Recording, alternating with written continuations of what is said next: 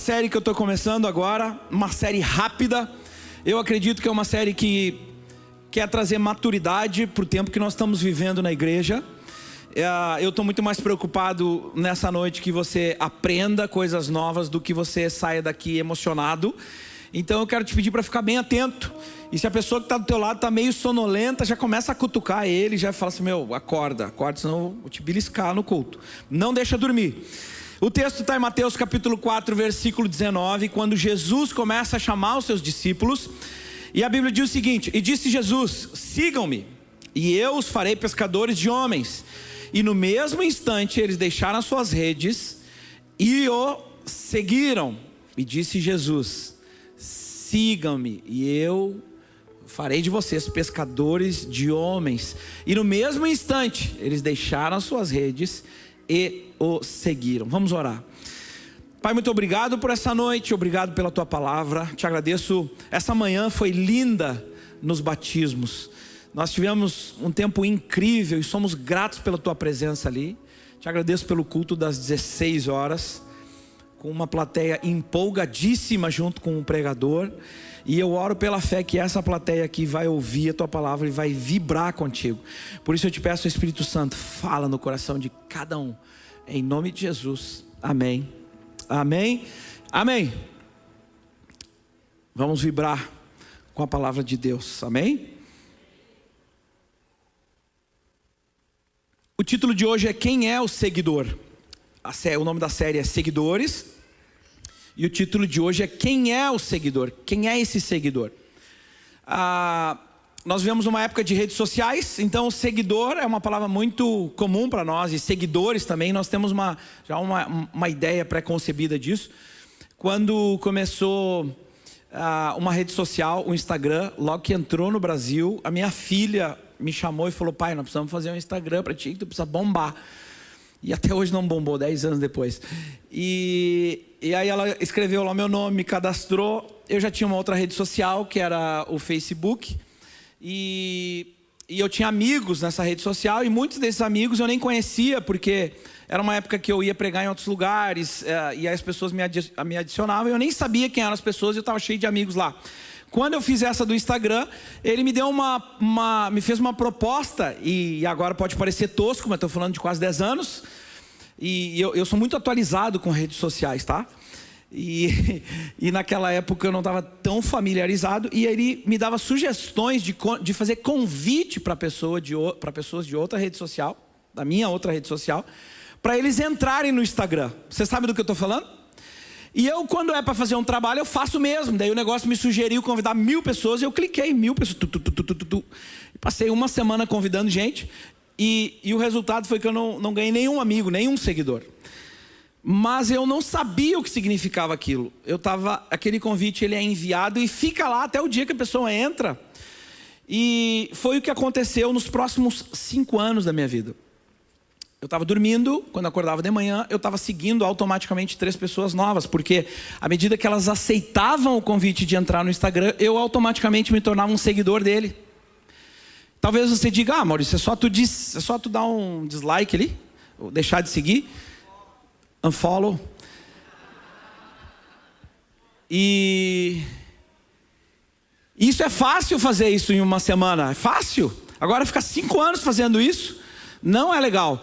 Agora, essa não é a parte ruim da coisa. A parte ruim é essa. A minha esposa é uma mulher muito...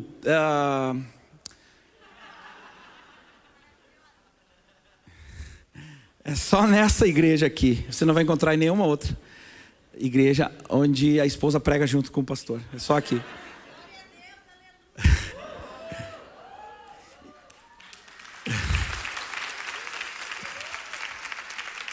Então, ela é muito cuidadosa, muito cuidadosa. E então, algumas vezes eu acordava de manhã e quando eu via, eu estava seguindo uma pessoa nova que eu não conhecia. E ela falava assim: quem é essa pessoa que tu está seguindo? E eu falava: não sei. Como que tu segue alguém que tu não conhece? Vocês estão entendendo o drama, né? Falar isso uma vez é uma coisa, 5 anos. Nossa. E eu entrava ali na pessoa e a pessoa recém tinha entrado, ela só tinha uma foto e um seguidor, eu. Era muito engraçado. Eu consegui terminar com isso na minha vida, graças a Deus. Agora percebam como é importante para todo mundo quem você segue. Todo mundo quer saber quem você está seguindo e por que você está seguindo aquela pessoa. E em tempos de redes sociais, nós seguimos muitas pessoas, mas nesse exato momento você está seguindo, às vezes até arrisca, alguma pessoa que foi influência na sua vida. Por exemplo, o seu pai. Hoje você está seguindo os passos do seu pai. Você fala como ele, os seus valores são como os valores do seu pai. Você trata de negócios ou da sua palavra da maneira que o seu pai tratava. A sua mãe, os valores que a sua mãe passou para você, a maneira que ela lidava com situações, a maneira que ela reagia. Você é influenciado pela pessoa que você seguiu. São as pessoas que tiveram muita influência. Talvez você tenha seguido um avô, uma avó, um primo, alguém mais velho. Talvez tenha seguido um professor. Talvez você tenha seguido uma filosofia. Mas mesmo nessa filosofia tem algum guru aí que você seguiu. É muito importante para a nossa vida quem nós seguimos. E aquilo que eu quero pregar nessa noite não tem nada a ver com seguidores de redes sociais. Tem a ver com seguir alguém que vai influenciar a nossa vida. E naquele caso, Jesus estava chamando aqueles homens para segui-lo. E não só seguir, de apertar num botão e seguir e não saber o que vai acontecer amanhã ou acompanhar eventualmente. A Bíblia diz que eles largaram as redes.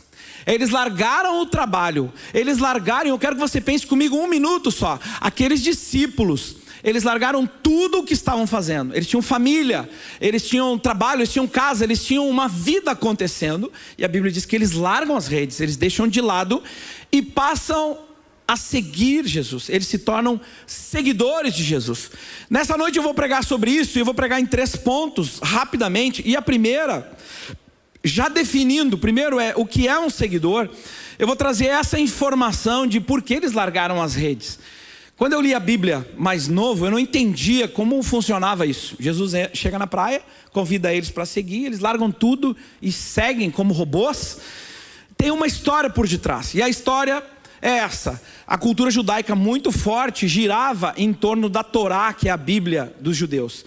As crianças não iam para a escola para estudar matemática, geografia, alguma coisa do gênero. Eles iam estudar a Bíblia, os primeiros 5 livros da Bíblia, no primeiro período, que era crianças de 6 até 10 anos. Eles literalmente decoravam os primeiros 5 livros da Bíblia, o Pentateuco. Depois, quando faziam 10 anos, ou eles passavam para o próximo estágio, ou rodavam, se por acaso eles não se desenvolvessem, grande parte, a maioria, eles eram recusados naquela escola, e essa recusa fazia com que eles voltassem a trabalhar na profissão dos seus pais. Pescadores, agricultores, construtores, marceneiros e por aí vai. Era desejo de todo mundo passar para o próximo nível, porque passando para o próximo nível, e o próximo se tornaria um rabino. E o rabino era o topo da hierarquia daquela época, não só política, religiosa, como financeira. Toda mãe, todo pai queria que o filho se tornasse um rabino, porque a cultura dele já era uma cultura religiosa. É quase hoje quando você nasce e a sua mãe já diz: não, eu quero que seja um engenheiro, eu quero que seja um arquiteto, eu quero que seja um médico, eu quero que seja alguma coisa assim. Era o que acontecia naquela época.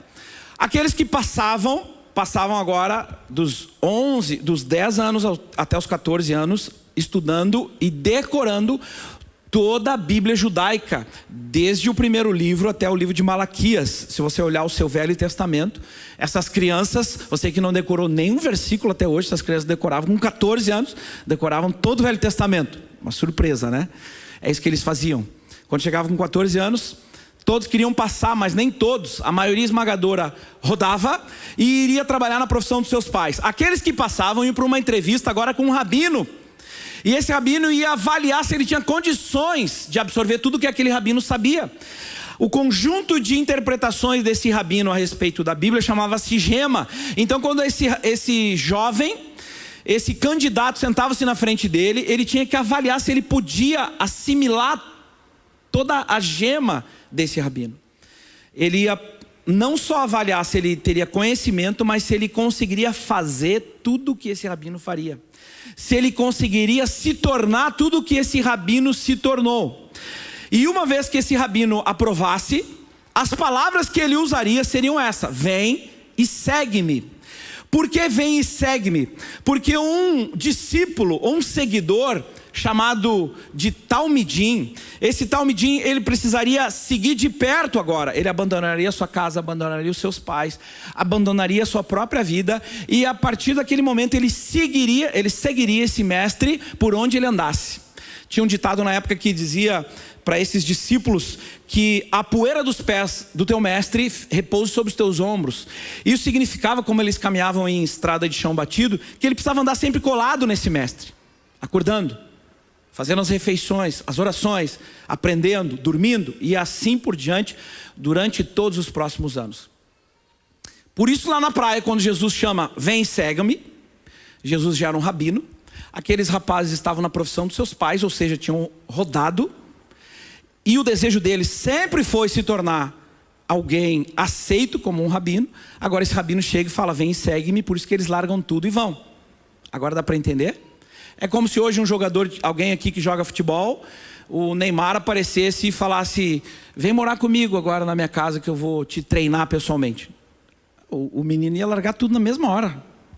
Ou alguém na sua profissão. É a mesma coisa que aconteceu naquele momento.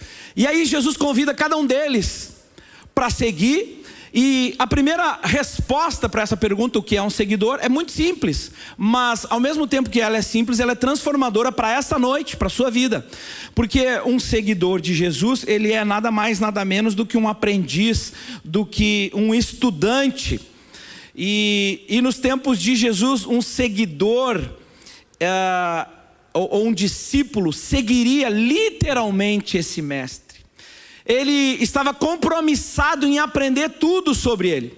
Esse é um dos motivos que provavelmente Pedro, quando ele está no barco, no meio daquela tempestade, você deve conhecer a história, Jesus vem no meio da tempestade caminhando sobre as águas, e Pedro decide caminhar também nas águas.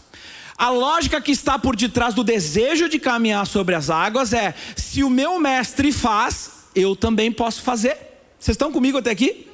Então seguir ao mestre não é só aprender com ele, mas é tornar-se parecido com ele. Lucas capítulo 6 versículo 40 diz isso. O discípulo não está acima do mestre, o seguidor não está acima do mestre, mas todo aquele que for bem treinado será como o seu mestre. Todo aquele discípulo que for bem treinado vai ser como seu mestre. Eu tinha, na minha juventude, eu tive muitos professores de violão, mas tem esse que é o mais especial. Ele era um uruguaio que tocava na noite de Punta del Este, então ele tinha muita experiência. E aqueles, sabe aqueles uruguaios que vêm morar no Brasil, e ele fala assim, aquele sotaque todo assim, eu estou aqui falando, eu vou tocar uma música para vocês, e eu ficava olhando aquele sotaque, daí ele tinha um cabelo meio comprido, meio rebelde, aí ele cruzava a perna igual o Caetano Veloso para tocar, e quando ele tocava ele se mexia todo, se expressava com o corpo, e para mim ele era o meu mestre, eu queria ser como ele. E quando eu estava ensaiando na minha casa, às vezes tocando, eu estava sem querer, fazendo que nem ele. Daqui a pouco passava minha mãe sempre assim, muito espirituosa, para não dizer debochada, passava, que é isso? Que é isso? O nome desse meu professor era Tiquito. E ele falou, que é isso? Tu acha que tu é o Tiquito? Quer imitar o Tiquito? Só que, se você perceber, quando nós admiramos o mestre, inevitavelmente nós nos parecemos com ele. Se você olhar, você que conviveu muito com a sua mãe, você é igualzinho a ela. Igualzinho a ela. Agora os maridos não olhem agora, viu? Eu falei, não olha, fica aqui focado aqui na frente, senão vai dar problema.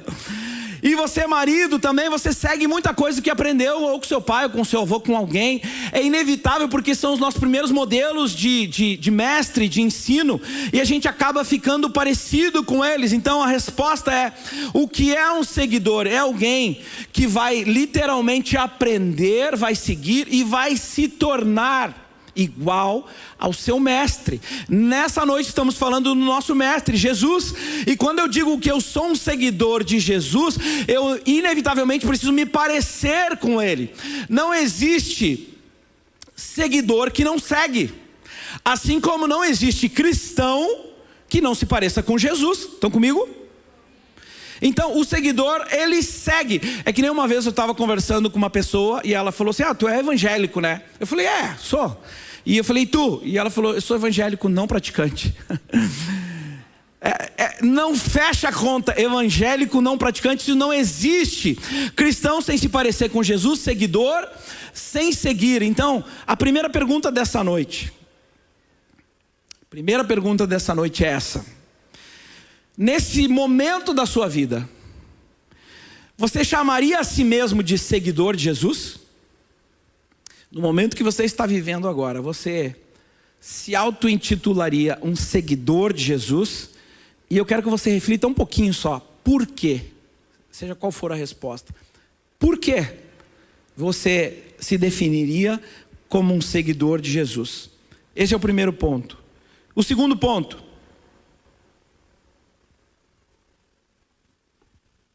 tá bom, Maurício, agora eu sei o que é um seguidor. Um seguidor é um aprendiz que trabalha, larga tudo para se parecer com o seu mestre. Como? Como eu faço isso? Como eu me torno um seguidor? E é importante começarmos aqui com Jesus. A primeira pregação de Jesus acontece 2 versículos antes do texto que a gente leu.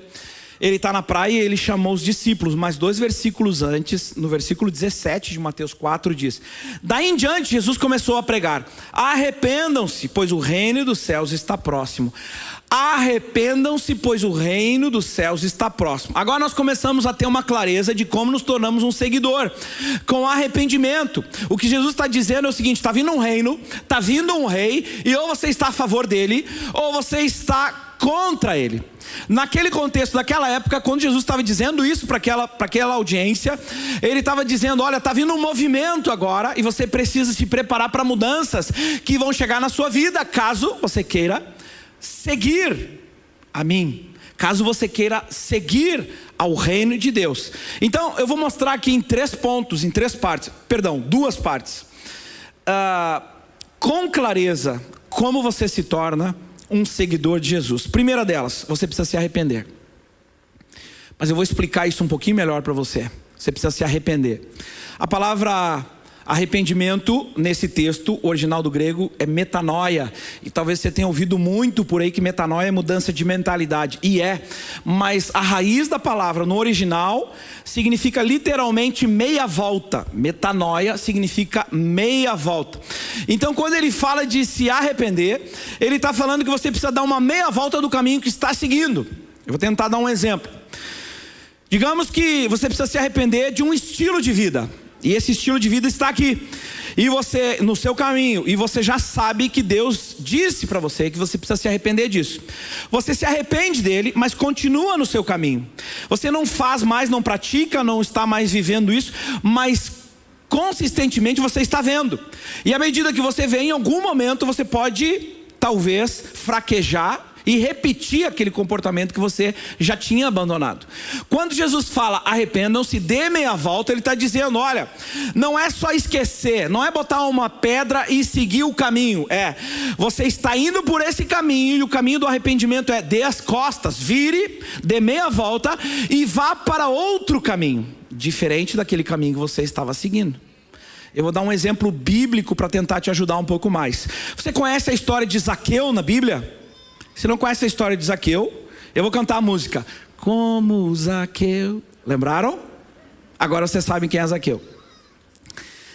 Zaqueu era um cobrador de impostos que cobrava juros abusivos, talvez até roubasse, cometia algumas coisas erradas, o povo não gostava dele. Jesus vai na casa dele e no meio dessa conversa, que ninguém sabe o que aconteceu, o homem se levanta, é um homem rico, e ele diz o seguinte: se eu roubei alguém, eu vou devolver 4 vezes mais, que era uma lei daquela época. Se você roubou, devolve 4 vezes mais, e eu vou dividir a metade dos meus bens e darei aos pobres.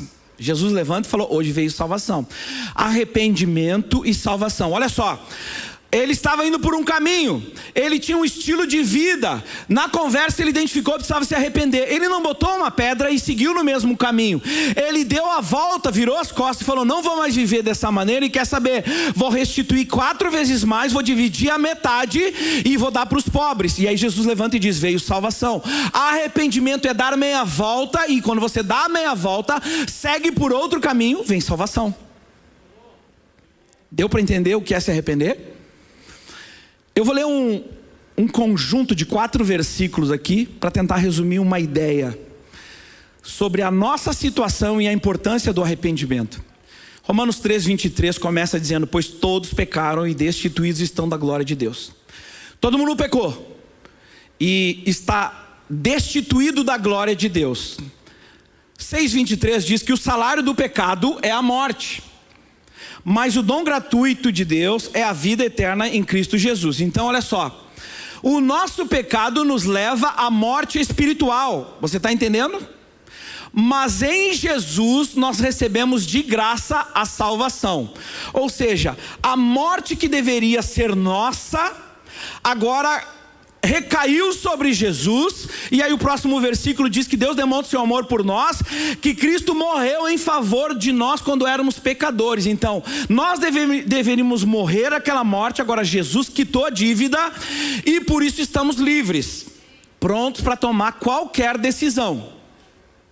Agora vem a chave para fechar esse conjunto de versículos. Como eu recebo isso? Como eu recebo essa salvação? Como eu recebo essa nova vida? Olha só que difícil que é. Se você confessar com a sua boca que Jesus é Senhor e crer no seu coração que Ele ressuscitou dos mortos, você está salvo. Simples. Jesus fez todo o trabalho, resolveu todo o problema, antes mesmo de você desejar segui-lo. Você nem sabia disso tudo. E a única coisa que você precisa fazer é decidir crer no seu coração e confessar. É mais ou menos quando você estava na escola, estava na faculdade e tinha o trabalho em dupla. Lembram dessa época? Fazia o trabalho em dupla. Aí a sua dupla, claro que a gente sempre pegava a melhor dupla, né? Eu sempre peguei a melhor dupla, eu corria na frente, eu e tu. Às vezes eu era rejeitado.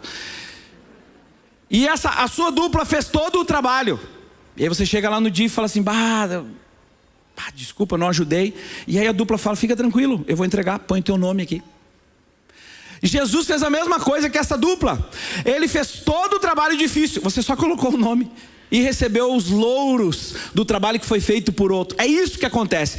Nós só precisamos nos arrepender, nós só precisamos confessar o nosso pecado e entregar a nossa vida, confessar Jesus como Senhor e Salvador da nossa vida, para desfrutarmos daí de uma nova vida.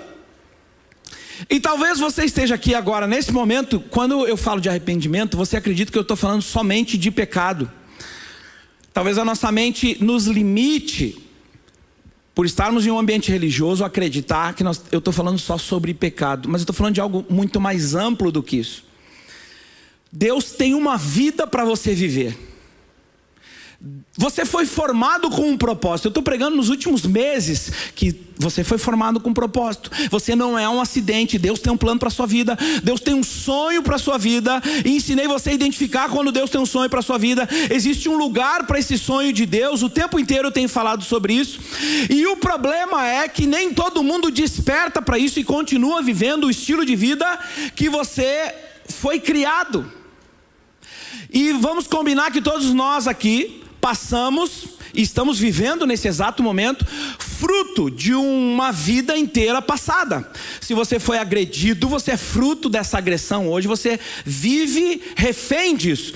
Se você sofreu algum tipo de abuso, hoje você olha o mundo pelas lentes do abuso. Se você foi traído, hoje é difícil você confiar em alguém.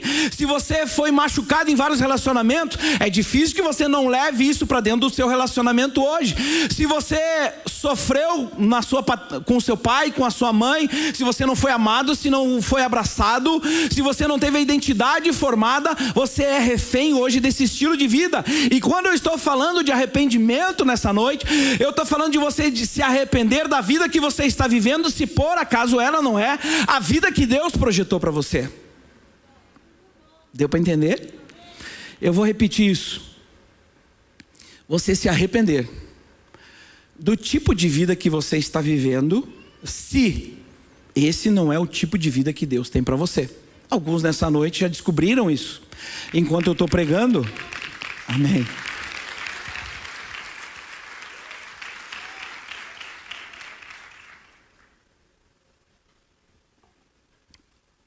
Algumas pessoas estão aqui hoje e não se sentem dignas de viver uma vida com Deus. Não se sentem dignas de serem usadas por Deus. E isso tudo é porque está enxergando a vida pelas lentes de um passado difícil, de tudo aquilo que foi formado pela influência que você recebeu na sua vida. E essa noite é uma noite que o Espírito Santo fala com você individualmente e mostra o tipo de vida que você está vivendo hoje. Eu preciso reforçar, eu tenho batido isso praticamente o ano todo. Você não foi um acidente, Deus te criou com um propósito. Ele tem um plano, Ele tem um sonho para a sua vida. E você, se não está vivendo isso, essa é a noite de arrepender-se. Se você vive à margem daquilo que Deus tem para você, é uma noite de arrependimento. Talvez se diga, eu quase sou um bom pai. Essa é a noite de se arrepender. Eu quase sou uma boa mãe. Essa é a noite de se arrepender. Eu quase sou santo. Essa é uma noite de arrependimento, porque em Cristo você é santo, em Cristo você é um bom pai, em Cristo você é uma boa mãe, em Jesus você é mais do que vencedor. Primeira coisa, se arrepender. Segunda coisa, você precisa tornar Jesus seu Senhor. E eu sei que agora aperta um pouco mais, mas eu quero que você abra o seu coração. Você precisa tornar Jesus seu Senhor. A gente leu o texto onde você só precisa declarar Ele como Senhor e Salvador da sua vida. A parte do Salvador é legal, todo mundo gosta, né? É meu Salvador, tá louco, me salvou, é nóis. Agora, Senhor é outra história. E por que é outra história? Porque Senhor é um título de pertencimento. Então agora eu pertenço a Ele. Não é mais a minha vontade, não sou mais eu quem vivo, mas é a vontade dEle, é Ele quem vive em mim. Aí mudou. Olha o que Paulo fala em 1 Coríntios. Ele diz o seguinte: vocês não sabem que o corpo de vocês é o santuário do Espírito Santo, que habita agora e mora em vocês, e que foi dado por Deus, e que agora vocês não são mais donos de si mesmos? Ele aperta. Ele está dizendo que agora, se você entregou a sua vida para Jesus, o Espírito Santo mora em você, você não é mais dono dos seus próprios planos, dos seus próprios desejos. Chegou a hora, se você não sabe até hoje, de cair a ficha, cair a cortina, a máscara, e você entender que Jesus não é o gênio da lâmpada mágica, que você vai no culto e faz 3 pedidos para Ele: quero prosperidade, quero resolve meu casamento, que está difícil, e eu quero saúde também. Ele não é isso. Só que é muito mais profundo do que isso.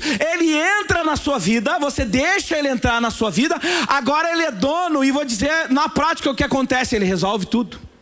Porque não existe nada melhor do que depender de Jesus. Não existe nada melhor do que entregar-se 100%. Talvez nessa noite você tenha se entregue 20, 30, 50, 70%. Você está há anos na igreja e sabe que se entregou 90%, 99%.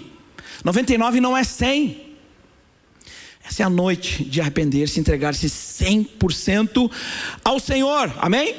Então Paulo está dizendo que mesmo que nós tenhamos sido libertos do pecado e da morte, agora nós estamos aprisionados. Diz que nós fomos capturados, nós fomos comprados por alto preço. Então glorifique a Deus com o corpo de vocês. Nós pertencemos a Ele. Agora, deixa eu te mostrar esse cenário, porque quando eu estou falando isso, você pode receber uma mensagem distorcida de que isso é ruim.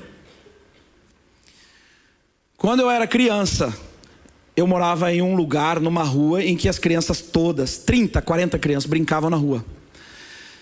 Eu morava num prédio, no 3º andar desse apartamento. E todos os meus amigos moravam em outros prédios, outras casas e outras localizações. E a regra da minha casa, do meu pai, era 10 horas tu tem que estar em casa. Isso durou alguns anos, até quando eu tinha 30 anos, eu tinha que chegar... Eu estou brincando, casei com 23. Mas essa era a regra da minha casa. E o meu pai fazia uma coisa interessante para me avisar. Não tinha celular, não tinha WhatsApp, não tinha nada. O método era método antigo. Ele ia para a janela, um pouquinho antes, 5 minutos antes, e dava um assobio. E esse assobio, seu assobio, me arrepio até hoje. Ele fazia um assobio tipo isso aqui, ó. Esse era o assobio dele, mas bem forte. E ele dava aquele assobio. E quando eu era criança, meus amigos começavam a avisar onde a gente estivesse: Maurício, teu pai. Daí eu ia lá e meu pai fazia um sinal de lá, e já era combinado com ele antes, que se ele fizesse o sinal uma vez, não era para ficar retrucando, ele falava: sobe. Ele fazia assim com a mãozinha, e eu não tinha discussão, tinha que subir e acabou. E você que foi criança sabe que só depois das 10 horas que a coisa começa a acontecer na rua. Começa a ficar legal. No outro dia eu chegava: depois que tu foi embora, tu nem sabe. É sempre depois que eu fui embora. E o que eu sentia pelo meu pai? Raiva. Só isso. Porque eu estava aprisionado àquela cultura e àquela regra que ele colocou. Meus amigos completamente livres. Anos mais tarde, me encontrando com os meus amigos e falando sobre família, todos eles, a maioria, não tinha pai presente dentro de casa. Eles me diziam: eu entendi paternidade quando frequentei a tua casa. Teu pai, eu olhava para ele e pensava: isso é ser um pai. Eu sempre sonhei, alguns em lágrimas me disseram: eu sonhei que o teu pai era meu pai várias vezes. Ou seja, aquilo que eu achava que era uma prisão para mim, para eles era um desejo de se tornar prisioneiro. Então, quando eu estou falando de sermos pertencentes ao senhorio de Jesus Cristo, é o mesmo exemplo. É prazeroso, é protetivo, é saudável me tornar agora refém do senhorio de Jesus, porque Ele me ama como um pai. Não como um dono que quer me usar, mas como um pai que me ama e quer me proteger e quer me cuidar. Amém? E para reforçar essa ideia, eu quero te mostrar isso. Você vai ter que largar tudo. Você vai ter que largar tudo. Mas eu não quero que você me interprete mal. Para seguir a Jesus, não é assim, ó, larga tudo para depois seguir. E também não é um larga tudo de tipo assim, talvez você já tenha ouvido isso e muitas pessoas não querem vir na igreja porque pensam: vou ter que largar, eu vou ter que abandonar. Mas não é assim que funciona. Eu vou te dar um exemplo. Se você vai fazer um concurso público, você precisa passar por privações enquanto está estudando. Você não vai em alguma festa, você não vai dormir tarde ou não vai acordar cedo, seja lá o que for. Você passa por alguma privação, mas em algum momento você desfruta do benefício disso. A mesma acontece com um seguidor de Jesus. Você vai passar por uma privação ou outra, mas você não está sendo proibido de fazer isso. Você que deseja estudar para esse concurso e passar, você que deseja caminhar com Jesus, porque cada passo com Jesus é empolgante. Cada passo com Jesus te leva para um próximo passo. Então você passa por privações, claro que passa, como tudo na vida. Eu vou dar um outro exemplo melhor do que esse. Quem tem filhos aqui vai me entender. Você naturalmente tem uma vida mais tranquila sem filhos.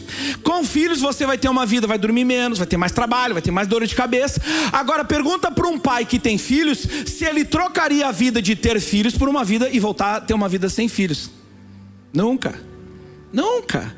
Porque é bom. A mãe fica 9 meses, enjoa, vomita, um rolo. Aí depois tem que... Eu participei do parto da minha esposa. Aquilo ali é terrível, aquele momento. E aí na hora ela fala assim: nunca mais, nunca mais, nunca mais. Aí está amamentando, difícil, um período complicadíssimo. Você não dorme, passa 1, 2 meses, ela começa a dizer: vamos fazer outro, vamos fazer outro, vamos fazer outro. Parece que dá uma amnésia de tudo que passou. Por quê? Porque é prazeroso gerar uma vida, pegar no seu colo e ele olhar para você. É a mesma coisa do que seguir a Jesus. Tem privações? Tem. Aí pergunta para mim se eu quero trocar e voltar à minha velha vida livre. Jamais. Eu não volto nunca mais. Como diz o R.R. Soares: para trás não vou, para trás não vou.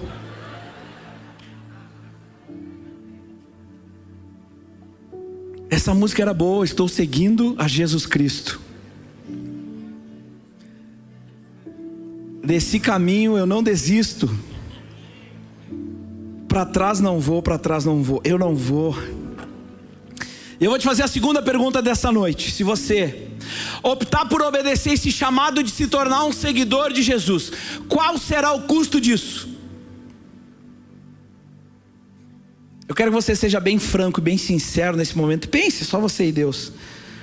Será que seguir a Jesus vai te custar algum bem material? Será que seguir a Jesus vai te custar algum tipo de conforto, algum relacionamento específico? Mas eu quero que você pense um pouco nisso. Eu quero que você avalie, porque essa noite não é uma noite para te emocionar. É uma noite para te trazer ensino e você racionalmente tomar uma decisão. Eu quero seguir a Jesus. Eu sei o que é um seguidor.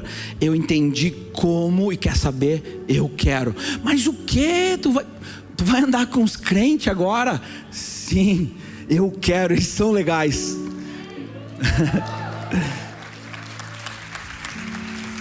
Não é isso que acontece? Eu escuto história toda hora aqui de amigos que falam assim: cara, para a pessoa que veio para Jesus, tá? Fala, cara, estão fazendo lavagem cerebral. Estão fazendo lavagem cerebral contigo. Eu vou lá e vou te libertar. Aí ele vem aqui, chora no louvor. E no apelo, eu quero. Era um leão antes de entrar, fica um gatinho depois. Aí quando vai se batizar, tem como meu amigo me batizar. Desculpa, amigo. E a última coisa, como vive um seguidor? Primeiro, o que é um seguidor. Segundo, como eu me torno um seguidor. E agora, como que um seguidor vive? Esse é o ponto. Esse é o ponto-chave dessa noite. Como é que vive um seguidor de Jesus? Como é o dia a dia dele? Como funciona o dia a dia de um seguidor? Tem um texto de C.S. Lewis que eu destaquei em uma pequena parte. Ele diz o seguinte: Deus se fez homem para transformar criaturas em filhos. Eu quero que você acompanhe o raciocínio. Deus se fez homem, ou seja, Jesus veio à terra para transformar criaturas em filhos. Criaturas em filhos, vai guardando. Não apenas para produzir homens melhores da velha espécie. Então veja bem o que ele está dizendo. Não é para produzir homens agora, homens de bem, mulheres de bem. Quando eu estou falando homens e mulheres, pessoas de bem, não só para produzir pessoas que tenham uma boa conduta moral, para entregar na sociedade com as suas famílias. Não, ele está dizendo, não é para isso. Mas para produzir uma nova espécie de homem. Uma nova espécie, uma nova criatura, um novo nascimento, diferente de tudo que você imaginou. A ponto de quando você se torna um seguidor de Jesus, pessoas que te conhecem falam, meu, tu mudou muito, o que aconteceu contigo? A sua esposa, seu cônjuge olha para você e fala, o que aconteceu, o que está acontecendo? Mas fala, eu não quero trocar, continua lá. E aí ele explica melhor, com um exemplo característico. Ele diz, não é como ensinar um cavalo a pular cada vez melhor. Não é como pegar alguém da mesma espécie e tornar ele um pouco melhor. Não, é algo muito maior. É como transformar um cavalo em uma criatura alada. Então, ele está exagerando no exemplo a dizer, não é como pegar um homem e uma mulher e torná-los melhores. Não, é tornar uma nova criação. Algo inimaginável. É isso que acontece com o dia a dia e a vida de um seguidor de Jesus. Pedro experimentou esse amor. E além de experimentar, ele deixa um recado para nós aqui, que não experimentamos. Ele diz o seguinte, mesmo vocês não tendo visto, vocês o amam. Presta bem atenção nisso. Porque apesar de não o verem agora, creem nele e exultam de uma alegria indizível e gloriosa. Ele está dizendo o seguinte, vocês nem viram Jesus. Vocês não caminharam com ele como eu, mesmo sem ter visto Jesus. Vocês creram nele. E por que creram? Preste atenção. Uma operação sobrenatural do Espírito Santo joga dentro do peito de você uma alegria indizível, uma alegria inexplicável, um gozo, um prazer. Você está no meio da dificuldade, mas está feliz. Você está enterrando um ente querido, mas está em paz. Você está com algum problema financeiro, um problema na ordem de saúde, mas você está confiante porque você sabe que não está sozinho, porque agora você é um seguidor de Jesus, você é uma nova criatura. E você não é alegre por circunstâncias do mundo, você é alegre por uma ação sobrenatural dele na sua vida. Isso é ser um seguidor de Jesus. Eu tinha muito mais coisa para falar, mas eu vou terminar agora com 3 pequenas histórias. Jesus andou em amor o tempo inteiro. Ele fez coisas do tipo passar por uma cidade que não passaria, só para encontrar uma mulher no poço, curá-la. E ele diz para ela, tu foste a primeira pessoa que eu escolhi me apresentar como o Messias. Ele caminha léguas a mais para demonstrar amor para uma pessoa. Ele é o mesmo que, sabendo que estava indo de Jericó para Jerusalém para ser crucificado, para no meio da estrada para curar um cego chamado cego Bartimeu. Ele para nós, ele vai até nós. Jesus o tempo inteiro, qualquer texto que você lê na Bíblia, andou em amor. Ele amou as outras pessoas. Ele resumiu aqueles 600 leis em 2. Ele disse, ama o Senhor teu Deus de todo o teu coração, de toda a tua alma, de todo o teu entendimento. E o segundo mandamento é semelhante a esse, ama o teu próximo como a ti mesmo. Ele reduz tudo o que Jesus fala sobre um seguidor é andar em amor, é amar outras pessoas, é demonstrar. Essa é a maneira que seríamos conhecidos, amando outras pessoas. E agora eu termino de verdade. e decidi escrever essa mensagem, essa série Seguidores, porque li esse texto em um blog essa semana. Essa menina, uma jovem de 23 anos, ela não é famosa, ela não tem muitos seguidores na rede social, ela não é uma pregadora famosa, você não conhece e nunca vai saber quem é ela. Ela é uma simples e singela seguidora de Jesus. 23 anos, morava com uma colega em uma casa, porque estudavam numa universidade nessa cidade. Faziam aos finais de semana trabalho voluntário com pessoas em situação de vulnerabilidade social, ou seja, pessoas em situação de rua. Levavam kits de higiene, de alimentação. Ela conheceu uma mulher chamada Cat. E a Cat nunca tinha morado em uma casa, com 48 anos de vida, com todos os vícios que alguém em vulnerabilidade social ou muitas vezes vive. E ela se apegou a essa mulher chamada Cat e convidou a Cat para morar na casa dela. E a Cat disse que não, porque não fazia sentido. E ela ficou insistindo e orando por algum tempo, até que a Cat foi morar na casa dela.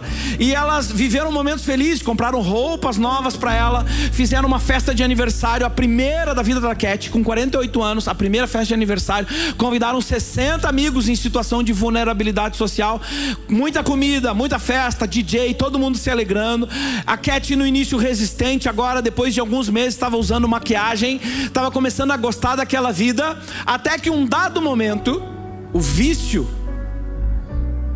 atacou a vida da Cat de novo e ela voltou para as ruas. E aqui está um pedaço do blog e do texto que essa moça, que você nunca vai conhecer porque não é famosa, ela escreve. É uma seguidora qualquer que está caminhando por aí. Ela disse: mas por que eu deveria dividir uma casa com a Cat? Existem muitas razões, mas a maior delas é porque eu tinha visto o coração de Deus expresso tão claramente em Jesus. E o seu coração para aqueles que não têm nada, aqueles sem teto, aqueles que são abandonados, os sujos, as prostitutas, os viciados em drogas, os bagunceiros totais. Você não vai conseguir ler nada sobre Jesus na Bíblia por mais de 5 minutos antes de tropeçar em um versículo falando do seu amor profundo por esse tipo de pessoa. E com todo o meu ser, eu queria que a vida de Jesus fluísse através da minha vida.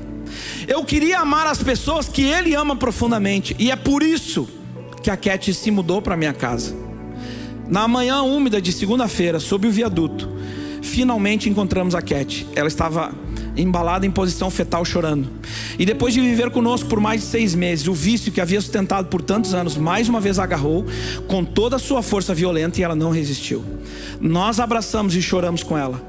Ela não era mais das ruas, ela não era mais uma delas. Agora ela era de fato a nossa irmã, permanentemente enxertada em nossos corações. Houve poucos momentos em minha vida em que eu senti o amor surgir tão profundamente no meu coração por alguém, como eu experimentei naqueles momentos debaixo daquela ponte. Por que eu li essa história? Porque é uma simples seguidora de Jesus, caminhando pela terra como Jesus caminhou. Essa noite eu preciso dizer isso para você: Jesus está procurando seguidores. Jesus está procurando seguidores bem agora. Jesus está procurando seguidores por essas cadeiras agora. E enquanto eu falo, se o seu coração queima, se tem um nó na sua garganta, pode ser um sinal de que o Espírito Santo esteja te chamando para um relacionamento mais profundo, para um arrependimento mais profundo, para colocar Jesus no lugar devido na sua vida, no lugar que Ele merece, no único lugar que Ele pode ser colocado na sua vida, que é sendo o Senhor e Salvador da sua vida. Por isso, nessa noite, Brasa Church, eu preciso perguntar para você: você é um seguidor de Jesus? Você é um seguidor de Jesus?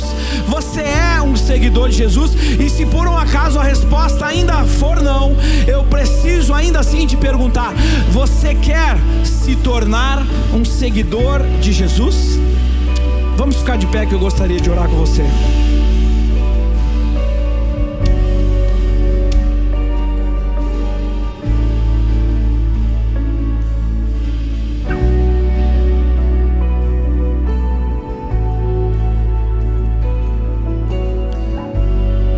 Versículo que eu deixei para o final, que Jesus destina aos seguidores. Eu quero que você entenda que esse é um momento profético dessa noite.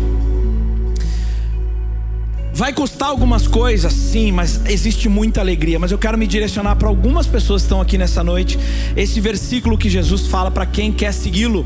Ele diz o seguinte: venham a mim, todos vocês que estão cansados e sobrecarregados, e eu vos aliviarei. Eu vou dar descanso. Se você está aqui nessa noite, você está cansado, você está sobrecarregado, saiba que seguir a Jesus, Ele pode te aliviar. Ele diz: tomem sobre vocês o meu jugo e aprendam de mim, porque eu sou manso e humilde de coração, e em mim vocês encontrarão descanso para suas almas. Se você não tem descanso na sua alma nessa noite, saiba que tornando-se um seguidor de Jesus, Ele promete descanso para sua alma. E Ele termina e diz: pois o meu jugo é suave e o meu fardo é leve. Se você está aqui nessa noite, em algum momento dessa palavra Deus falou com você, você sabe que precisa tomar alguma decisão importante, eu vou te convidar para fechar os seus olhos e colocar a mão no seu coração. Você colocando a mão no coração, você só está dando um sinal para Deus, dizendo: Senhor, eu entendi algumas coisas que eu preciso crescer, eu preciso evoluir, eu preciso mudar, e quer saber, eu quero, Senhor. Eu nem sei como vai ser isso mais lá na frente, mas hoje eu dou o primeiro passo. Eu decido dar o primeiro passo como seguidor de Jesus. Feche seus olhos, eu vou orar. Pai, obrigado por essa noite. Obrigado pela tua palavra, Senhor. Jesus, obrigado porque o teu evangelho, ele é claro, direto, libertador. Obrigado pelo teu jugo que é leve e suave. Obrigado porque tu alivia os corações que estão cansados. Nessa noite, Senhor, tu falaste com muitas pessoas que estão com as mãos no coração, representando um sinal para ti que querem alguma mudança. Toca cada um agora em nome de Jesus. Muda, transforma, restaura, renova. Eu oro, Senhor, para que velhos hábitos, velhas e antigas vidas caiam agora em nome de Jesus, e uma nova vida, uma nova criatura, uma nova vida novinha em folha comece a brotar no coração de cada um agora. Levanta aqui, Senhor, homens e mulheres cheios do Espírito Santo, maduros em ti, Senhor. Faz de nós uma igreja madura, Senhor. Faz de nós uma igreja que avança, firmes no meio da sociedade, Senhor. Não uma igreja que só pede, mas uma igreja que dá, Senhor. Nós queremos ser uma igreja que contribui com a sua própria vida. Por isso eu oro por um crescimento espiritual acelerado, em nome de Jesus. Amém.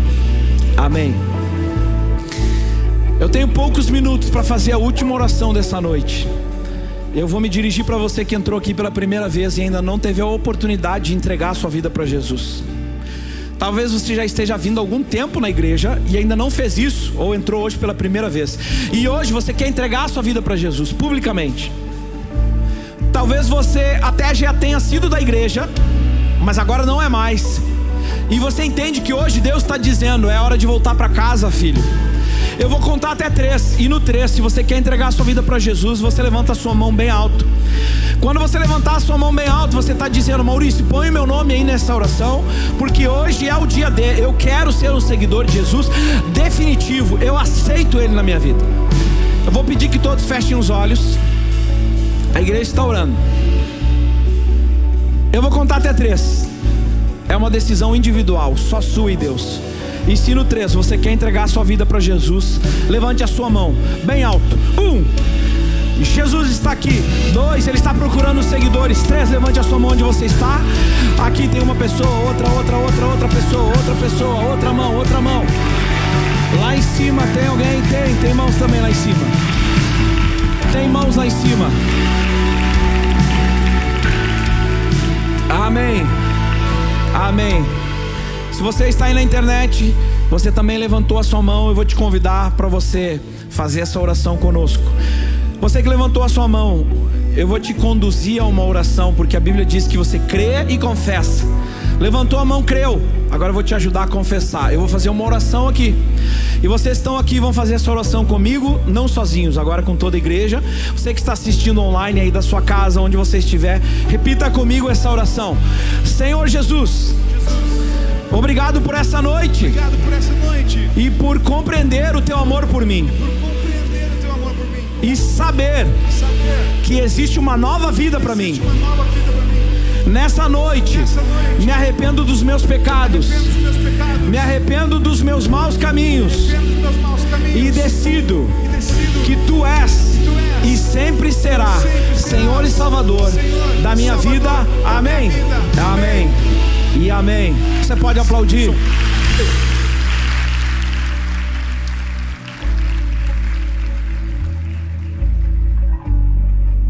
Vocês levantaram as mãos, nós temos um presente para entregar para você, porque entendemos que esse momento é extremamente importante. Aqui nos corredores nós temos voluntários, eles estão com luzes acesas.